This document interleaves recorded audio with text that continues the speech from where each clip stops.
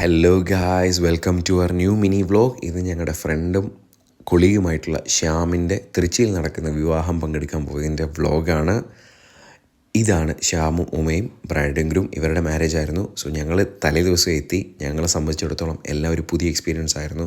പുതിയ ഭാഷ, രീതി, സംസ്കാരം, ഭക്ഷണം എല്ലാം ഡിഫറെൻ്റ് ആയിട്ടുള്ള ആദ്യത്തെ എക്സ്പീരിയൻസ്. മോർണിംഗ് 6 മണിക്കായിരുന്നു മാരേജ്. സോ ഞങ്ങൾ ആദ്യമേ തന്നെ വേദിയിൽ 6 മണിക്ക് തന്നെ എത്തി. ഞങ്ങളെ സംബന്ധിച്ചിടത്തോളം എല്ലാം ആശ്ചര്യത്തോടെയും ആകാംക്ഷയോടെയാണ് ഞങ്ങൾ കണ്ടിരുന്നത്. എല്ലാം പുതിയ രീതികളായതുകൊണ്ട് തന്നെ നമുക്ക് അത്രയും നമ്മൾ ക്യൂരിയസ് ആയിരുന്നു.